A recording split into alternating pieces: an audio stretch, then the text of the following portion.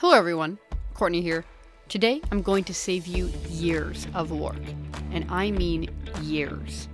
And it's one very simple thing you can do to your hit list to make sure the companies that are on there are worth your time.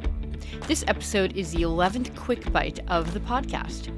Quick Bytes are 5-minute episodes about a particular topic and action that should take 5 minutes or less to complete. The goal of these episodes is to make important actions small and achievable. Welcome to episode number 76. Let's get into it.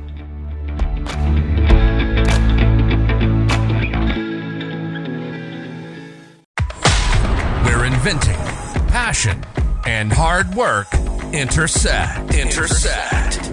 Welcome to the Serial Inventing Podcast, bite-sized, perspective-altering episodes on serial inventing and beyond. From motivating key tips on product licensing to obstacle-busting conversations on transitioning to a full-time serial product developer. Buckle your seatbelt, because you're in for a ride. Warning, this podcast may motivate you to make wild decisions that will propel you forward in your inventing career and hijack more of your time for your passion. If you aren't ready to make it happen, then this podcast isn't for you.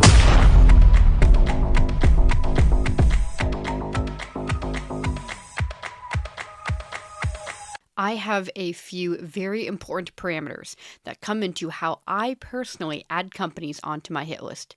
Of course, 2 of them are to actually make sure they are the right type of company, which means 1, they have to have some type of distribution. They can't just be a factory. They have to sell products to consumers on their website where you can buy them, or they have to say where you can buy them, like at Home Depot or PetSmart. And 2, they have to manufacture their products. Make sure their products are branded as their own name or their own brand name. Or, if you can't tell, go to their About section or History section or FAQ section on their site and see if they talk about that they take pride in their innovative products they make or that they manufacture in this or that location. It's okay if they have manufacturing partners, and it's okay if they also distribute other people's products, but they must make products in some way. Let's get this straight right off the bat. If any company at all doesn't have either of these 2 parameters, they should not be on your list. Let me repeat that. If a company on your list doesn't manufacture or doesn't have products consumers can buy on their site or at a retailer, they shouldn't be on your list. Those are givens. And if you are unsure about if your hit list meets those 2 above criteria, stop right now and do that immediately. This is very, very important. Now, after you have done that, what I'm going to recommend is the 3rd parameter, to see how large the company is based on their annual revenue. Everyone has their own threshold for what they're looking for, and while a company below that number can still be an incredible licensee and sell a lot of your product, it's a helpful benchmark to keep in mind. My number is 10 million. I do not place a company on my hit list if they aren't at or above 10 million in revenue. I make decisions off of this number so I feel more confident that a company will have enough research and development and new product development money and infrastructure to test and roll out a new product, my product, and whatever it may be. Keep in mind, this is just my own personal number I like to use as my benchmark. I always check at least 2 sources to make sure that number isn't skewed from one source and to get an average range.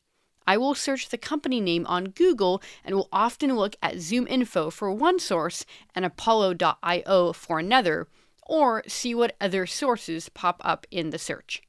Then I'll write the range on my hit list as well.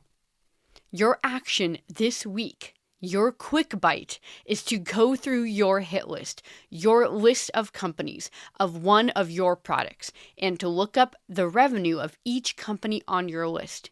And if they are below the revenue benchmark of your choosing, to remove them from your list. You can place them into a separate list if you don't want to forget them, but definitely remove them from your main list. The goal is to never get to those other companies, because if you run out, then you should find more, not go to below the benchmark companies. Oh, and if you do this and take a screenshot of your work and send it to me on LinkedIn message, I will give you my final parameter I use for vetting my list. Thanks for tuning in and taking a few bites with me today. And remember, serial inventors don't make excuses. They make it happen. See you soon!